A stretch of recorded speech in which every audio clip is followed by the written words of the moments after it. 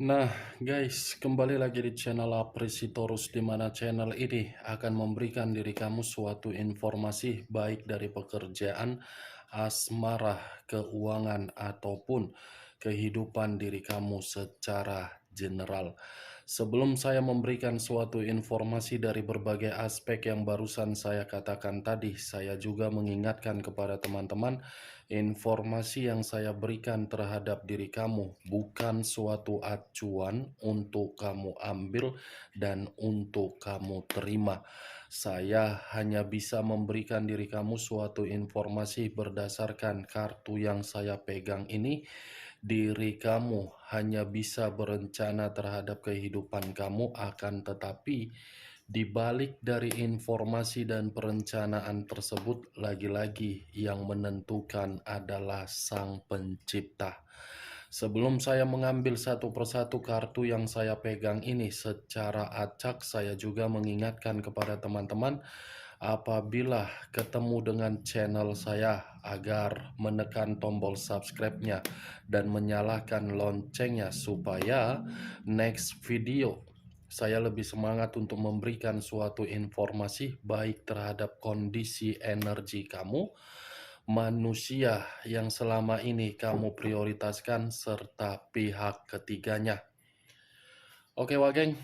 Sama seperti biasanya, saya tidak memiliki judul atau topik yang akan saya angkat atau yang akan saya bahas, tetapi saya akan berbagi cerita dari setiap kartu yang akan saya ambil nanti secara acak.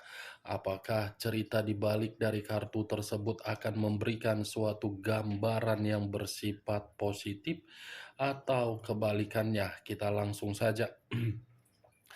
Saya akan mengambil beberapa kartu, di mana kartu yang akan saya ambil nanti bisa saja bersifat resonet, bisa saja tidak bersifat resonet. Semuanya saya kembalikan terhadap pola pemikiran kamu, semuanya saya kembalikan terhadap situasi energi yang kamu miliki untuk saat ini.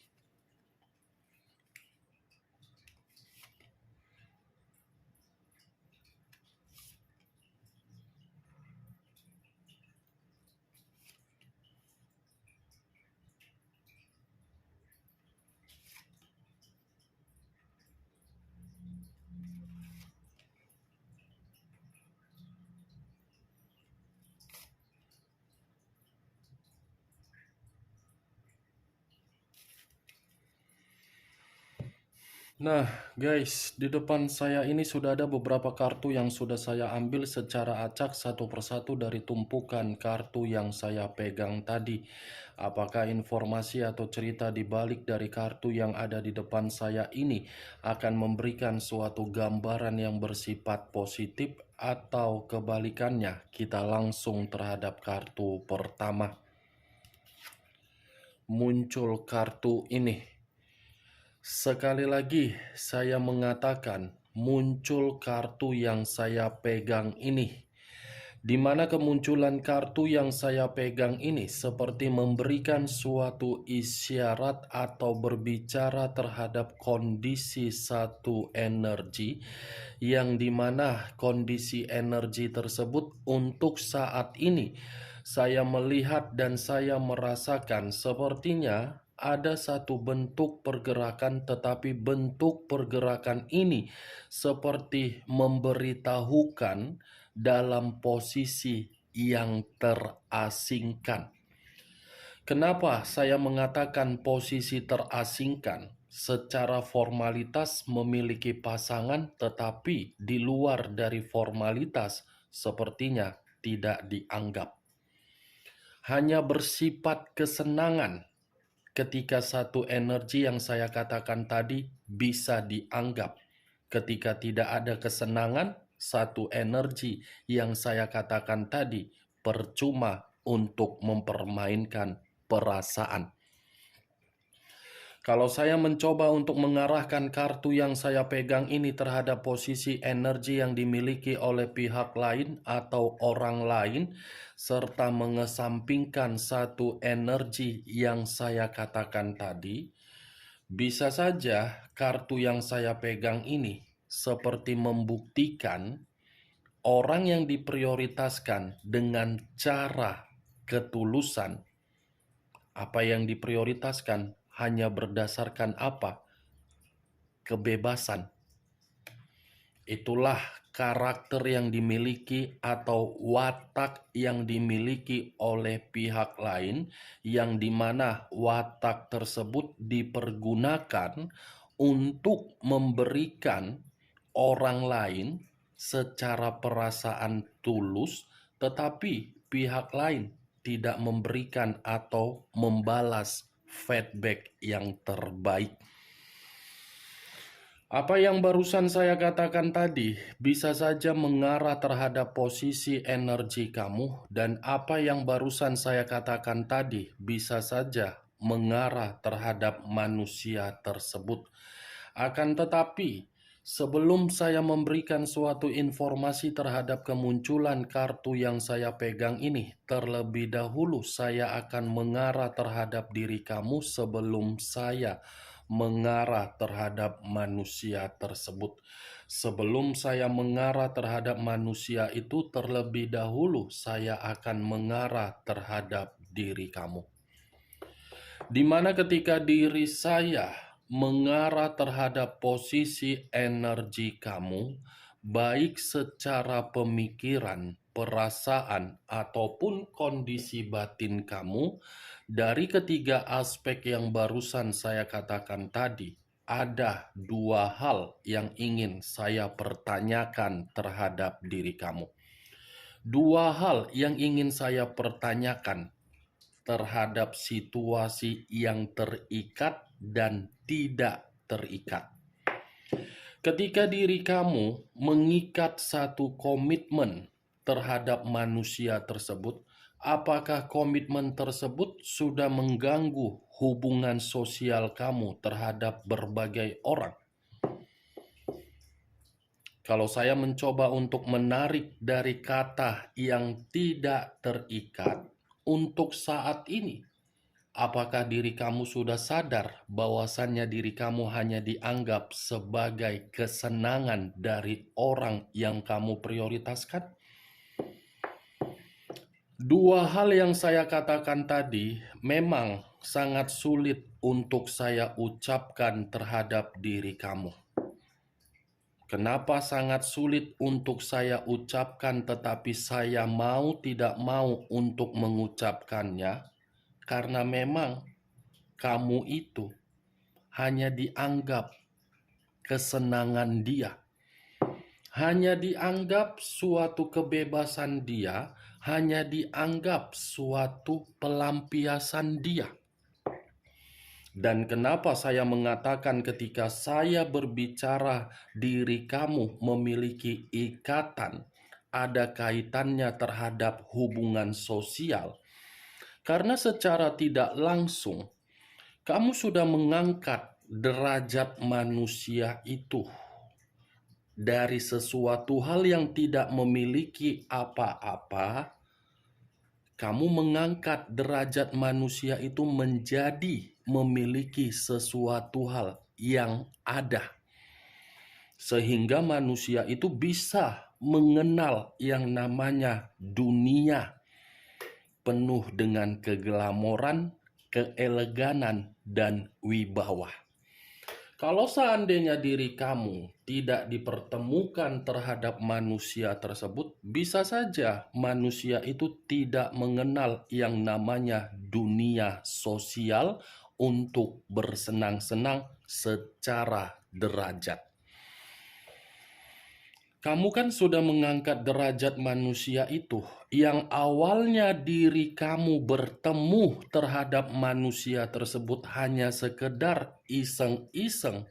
Ujung-ujungnya kamu memakai perasaan, dan perasaan yang kamu pakai untuk manusia tersebut belum tentu manusia itu menganggapnya.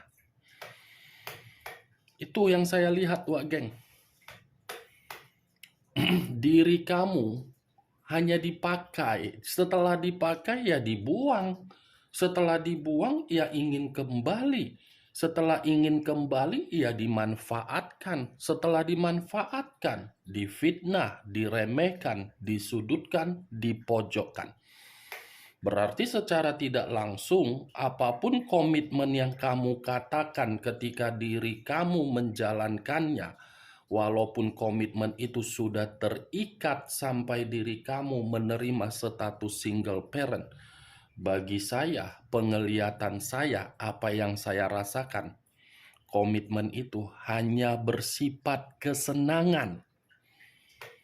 Kalau memang manusia itu tidak menganggap diri kamu sebagai seseorang untuk menikmati kesenangan atau pelampiasan kebebasan dia, dia tidak akan mungkin menganggap komitmen yang kamu anggap sebagai sakral untuk dia tinggalkan dengan semudah itu. Berarti manusia tersebut kan masih menganggap komitmen itu adalah kesenangan. Ngapain pula saya harus memprioritaskan? Saya kan tujuan saya untuk mengangkat derajat, bukan untuk memberikan perasaan. Perkataan saya ini mengarah terhadap diri kamu yang sudah memiliki status pernikahan. Walaupun diri kamu memiliki status pernikahan yang sudah berpuluh-puluh tahun, saya rasa pernikahan kamu itu masih dianggap oleh manusia tersebut sebagai kesenangan, bukan sebagai hubungan yang sakral. Awalnya saja manusia itu memberikan pertemuan yang sakral agar diri kamu termakan rayuan. Ujung-ujungnya apa? Berakhir kan?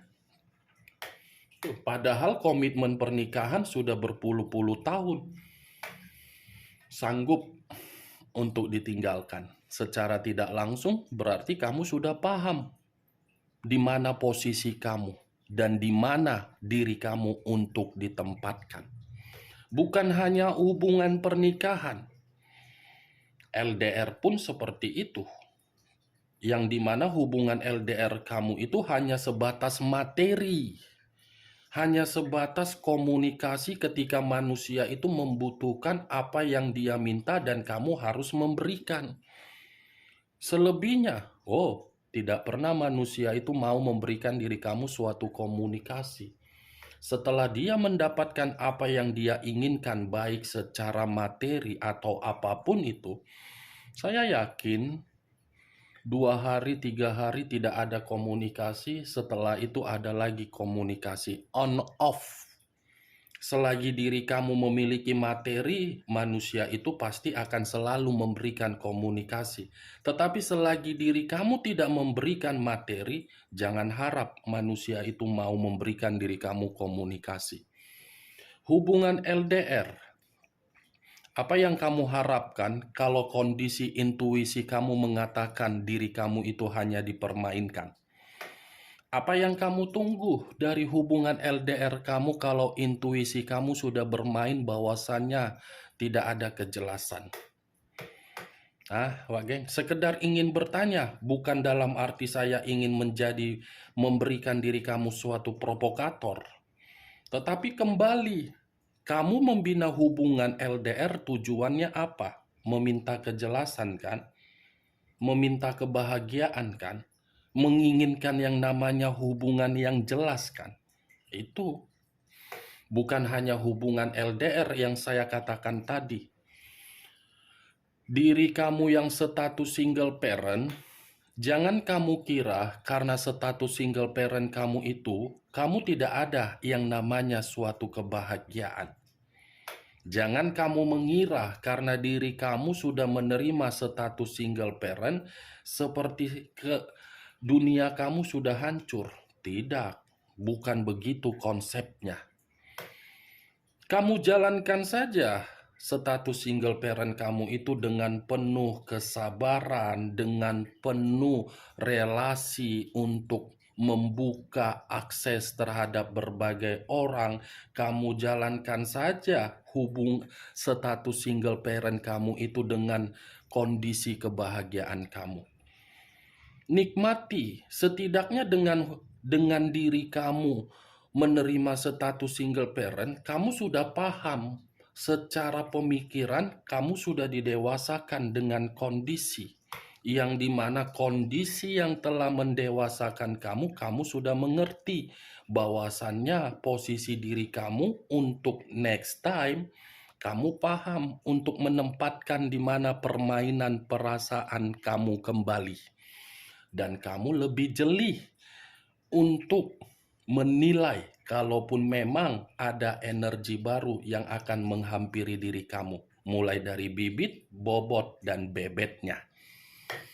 Saya berbicara dari apa yang saya katakan tadi, Wak Geng, itu masih berdasarkan dari pergerakan energi kamu. Energi kamulah yang mengharuskan saya untuk mengatakan perjalanan komitmen kamu itu adalah perjalanan yang membuat diri kamu merasa tersiksa. Kamu menganggap komitmen itu suatu sakral, orang yang kamu prioritaskan menganggap hubungan itu adalah kesenangan. Bandingkan, pakai logika kamu untuk situasi saat ini. Cocok tidak perkataan yang saya ucapkan barusan? Kalau acuannya dari kartu yang saya pegang ini, bisa saja kartu yang saya pegang ini seperti membuktikan manusia itu terlalu banyak perselingkuhan yang dia lakukan. Lagi-lagi memang kata perselingkuhan yang akan saya ucapkan karena memang kartu yang saya pegang ini bersifat kebebasan dan kesenangan. Selalu mencari suatu kenikmatan, tetapi ketika menikmati suatu kenikmatan tidak mau bertanggung jawab, malah menjadikan diri sendiri untuk memeras ketika seseorang sudah memberikan situasi kesetiaan. Terlalu banyak manusia itu perselingkuhan. Terlalu banyak manusia itu menggiring berbagai opini yang seakan-akan manusia itu harus dibenarkan dengan opininya, dan seakan-akan orang lain menganggap manusia ini paling benar, dan ketika orang lain menganggap manusia ini paling benar, justru diri kamu yang disudutkan. Itu kan dari karakter manusia tersebut selalu menggiring opini untuk menyalahkan diri kamu, untuk memberikan diri kamu suatu kondisi yang dimana kondisi tersebut agar diri kamu terisolasi atau terasingkan. Three of Cups, apapun ceritanya, kamu itu hanya dianggap kesenangan, dan apapun ceritanya, manusia itu hobinya hanya berselingkuh, tidak cukup satu orang. Bagaimana, Wak Geng, dari apa yang saya katakan tadi? Bisa masuk secara logika kamu? Atau mungkin diri kamu sudah paham di mana posisi kamu untuk saat ini? Ya, kalau memang bisa masuk secara logika kamu, silakan angkat. Tetapi kalau memang diri kamu tidak bisa masuk secara logika kamu, tidak usah kamu angkat. Karena saya berbicara seperti ini bukan dalam arti saya memberikan diri kamu suatu sugesti, dan bukan memberikan diri kamu suatu perkataan untuk memprovokatori diri kamu. Kartu yang berbicara, realita yang kamu terima, kenyataan yang menampar diri kamu. Muncul kartu The Magician. The Magician. The Magician ini saya kategorikan sebagai pesulap. Pesulap dalam arti apa? Omong kosong, ilusi, imajinasi, dan eksperimen. Kalau saya mencoba untuk menarik dari kata eksperimen, sudah jelas. Kedua kartu ini seperti mengatakan komitmen kamu itu terlalu banyak eksperimen yang dia berikan. Sudah jelas, Wak Geng. Eksperimen yang dia berikan terhadap diri kamu bukan suatu bentuk kemurnian di dalam batin kamu agar batin kamu bisa membangga-banggakan manusia itu. Bukan hanya eksperimen yang dia berikan di dalam komitmen kamu, karakter yang serakah, bisa saja. Di mana keserakahan dia itu menuntut agar diri kamu memberi. Dan ketika manusia itu menuntut agar diri kamu memberi, tidak ada satu kekurangan atau satu kecacatan dari apa yang dia minta. Ketika diri kamu memberikan suatu kecacatan terhadap apa yang dia minta, ini manusia sepertinya ringan tangan, gampang emosi, gampang marah, dan gampang seperti memberikan suatu sikap seperti bocah. Datang, pergi, pergi, datang. Itu nih Wak Geng. Eksperimen dengan keserakahan dia membuat kondisi mental kamu bagaimana? Rusak. Membuat kondisi psikologis kamu bagaimana? Tidak jernih. Ya bagaimana mungkin kondisi psikologis kamu menjadi jernih sementara orang yang kamu prioritaskan hanya memakai logika untuk bersenang-senang. Logika manusia itu, perasaan diri kamu. Muncul kartu Seven of Cups. Seven of Cups terdiri dari 7 cawan. Kalau saya mencoba untuk menarik satu cawan dari ketujuh cawan yang saya katakan tadi, satu cawan yang saya tarik ini berbanding terbalik dari kedua kartu yang saya ucapkan tadi. Kenapa saya mengatakan berbanding terbalik? Karena kartu Seven of Cups ini seperti mengharuskan diri kamu untuk memperhatikan di mana posisi kemampuan dan potensi yang kamu miliki untuk saat ini. Lihat di mana imajinasi yang sehat kamu.